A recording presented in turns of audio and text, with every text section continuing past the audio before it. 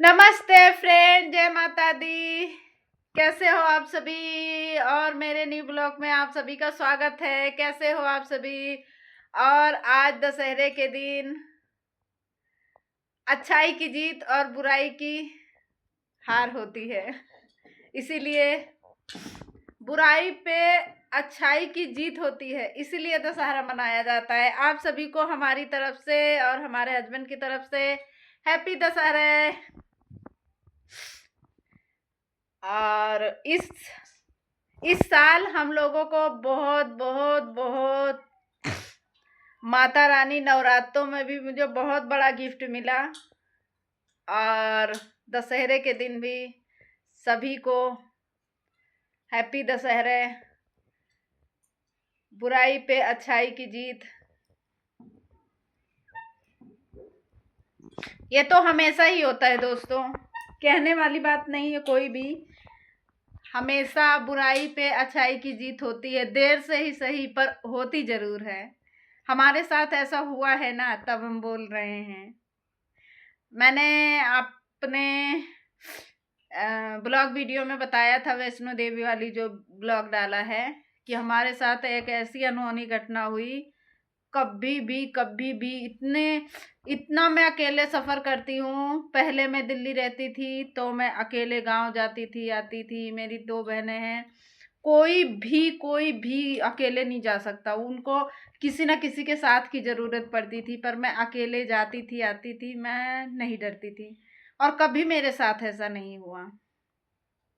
हमेशा अपना सामान, फ़ोन और पैसे संभाल के ही रखती थी। पर अब की बार ना वैष्णो देवी हम शाम को निकले, और शाम को हमारे यहाँ से 5 बजे बस मिली।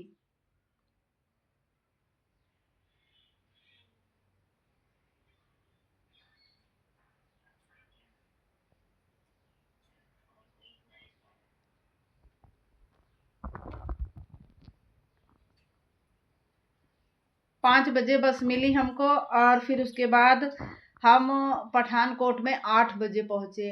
और जब वहाँ पहुँची ना, तो इतना मेरा बुरा हाल था, इतना ज़्यादा, मुझे इतनी उल्टियाँ होती हैं, इतना चक्कर आता है, इतना चक्कर आता है कि मैं एकदम परेशान हो गई थी। मुझे किसी चीज़ का होश नहीं था। और मैंने छोटा वाला पर्स अभी दिखाती हूँ आप लोगों को।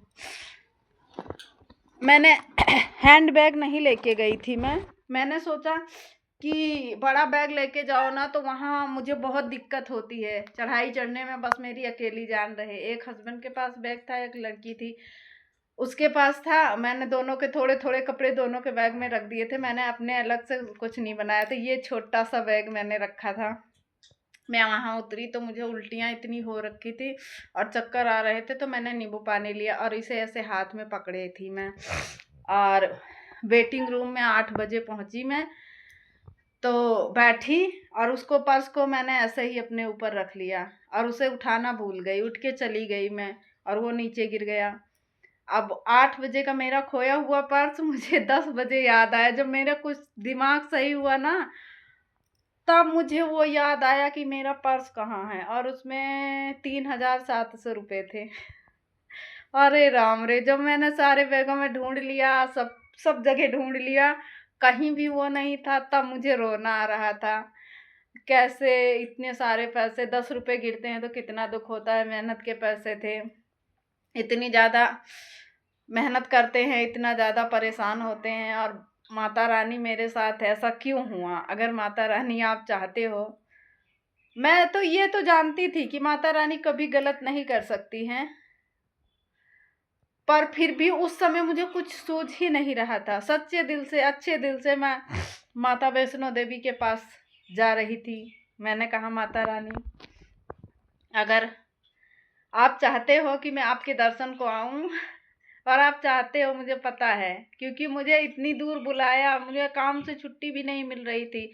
मैंने कहा, काम रहे चाहे ना रहे, पर मैं वैष्णो देवी जरूर जाऊंगी। क्योंकि नवरात्रों में मैं 10-12 बार गई हूँ, पर नवरात्रों में मैं कभी नहीं गई। और अब की मुझे दिल से इतनी खुशी हो रही थी कि मैं नवरात्रों में जा रही हूँ माता के, पता नहीं। फिर उसके बाद वो पर्स गिर गया और मुझे 2 घंटे 3 घंटे बाद 10 बजे 10 बजे जब याद आया तब मैं इतना रो रही थी, इतने वेटिंग रूम पूरा खचाखच भरा था। सबसे पूछी, भाई मेरा बहन में किसी को मेरा पर्स मिला हो, छोटा सा था मुझे जो है दे दो। मैं वैष्णो देवी जा रही हूँ माता के दर्शन को, और जो है किसी को ऐसा किसी की भी चीज नहीं लेनी चाहिए। तो और वो बंदा जो है ना, वो वेटिंग रूम में ही बैठा था, पर उसने जरा भी चू नहीं की कि हाँ मैंने लिया है।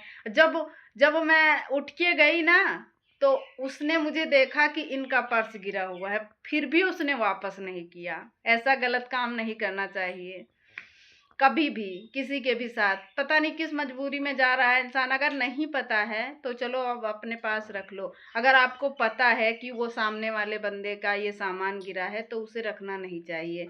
नवरात्रों में माता रानी इंसाफ ही करेंगी। और वो भी जा रहा था वैष्णो देवी, हम भी जा रहे थे वैष्णो देवी, पर पता नहीं क्या था उसके दिमाग में। वो 9 देवी की यात्रा पे निकला था, कांगड़ा से दर्शन करके वो गया था, अब वैष्णो देवी जा रहा था।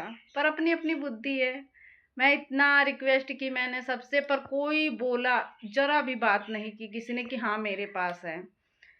फिर एक भाई, जहाँ से बैठी थी पहले उठी, जहाँ मेरा पर्स गिरा था वहाँ पे एक भाई और उनकी वाइफ आके बैठे। मैं उन्हीं को देख के बार बार उन्हीं की तरफ देख के रो रही थी। तो भाई मेरी तरफ बोले बहन तू मेरी तरफ ही देख के रो रही है, मुझे बहुत दुख हो रहा है, और तू जा वेटिंग रूम में कैमरा लगा हुआ है और जो पुलिस है उसके पास जाओ तो कैमरा चेक करवाओ, आपका पर्स माता रानी चाहेंगी तो जरूर मिल जाएगा। उसने मुझे सजेशन दिया, नहीं मुझे पता ही नहीं चलता। माता रानी, वही तो कह रही, माता रानी की बहुत बड़ी मेहरबानी है। माता रानी सच के साथ हमेशा रहती हैं, अच्छाई पे बुराई की जीत हमेशा होती है। फिर मैं 2 घंटे पुलिस वाले ने 2 घंटे कैमरा चेक किया। छोटा सा पर्स था वो, मैं हाथ में ऐसे पकड़ी थी और आके ऐसे ही मैंने अपने ऊपर रख दिया, और गिरा वो तब भी नहीं दिख रहा था। पर जहाँ मैं बैठी थी ना वहाँ की सीसीटीवी जूम करके उसने देखा, बोले ये बंदा बैठा है। और फिर वो इस सीट पे बैठा था, सामने वाली पे हमारी, फिर बगल में आके बैठ गया और झुक के उसने उठाया। वो सारा रिकॉर्ड हो गया कैमरे में, और रिकॉर्ड हो गया। फिर भी वो ना माने। पुलिस वाला बोला कि चलो देखते हैं, वेटिंग रूम चेक करते हैं, अगर वहीं पे होगा वो बंदा, शक्ल पहचान लो सभी लोग, और वहीं पे होगा तो माता रानी चाहेंगी तो आपका पर्स जरूर मिल जाएगा। अगर चला गया होगा तो कुछ भी नहीं हो सकता। फिर मैंने माता रानी की इतनी, इसका मतलब पता नहीं क्या होता है। लोग ये ऐसे करके उंगली रिक्वेस्ट करते हैं, मन्नत मांगते हैं कि मिल जाए मिल जाए। मैंने बहुत वीडियो में देखा है लोगों को कि ये करते हैं कि पता नहीं, इसका मतलब मुझे नहीं पता। किसी को पता होगा तो प्लीज कमेंट करके जरूर बताइए कि इसका मतलब क्या है, कि उंगली पे उंगली चढ़ाते हैं कि प्लीज प्लीज प्लीज मेरी मुराद, मेरी मन्नत, मेरा जो भी है वो पूरा हो जाए। तो इसका मतलब मुझे पता नहीं, पर दोनों उंगली मैंने ऐसे ही कर रखी थी, माता रानी मेरा पर्स जरूर मिल जाए और मैं तभी आऊंगी आपके दरबार।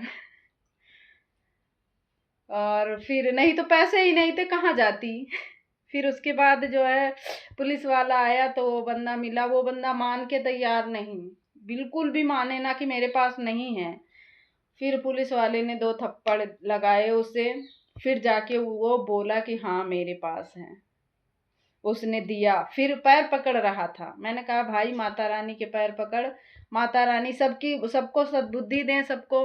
पर फिर भी जब मेरा पर्स मिल गया, अब उसको पुलिस ने पकड़ लिया, बोला अब तुझे जेल की हवा खानी पड़ेगी। तब भी मेरे दिल में दर्द हो, पता नहीं सही है कि गलत है, पर मुझे ना अब अपना सामान तो मिल गया था, फिर भी उसके लिए दुख हो रहा था कि वो भी माता रानी के दर्शन के लिए जा रहा है। उस समय तो मुझे बहुत बुरा लगा कि वो बंदा मुझे जानता था कि इनका पर्स है, तब भी उसने चुरा लिया। और मैंने जब सबसे बोला तो उसने दिया भी नहीं, फिर भी मुझे उसके लिए दुख हो रहा था।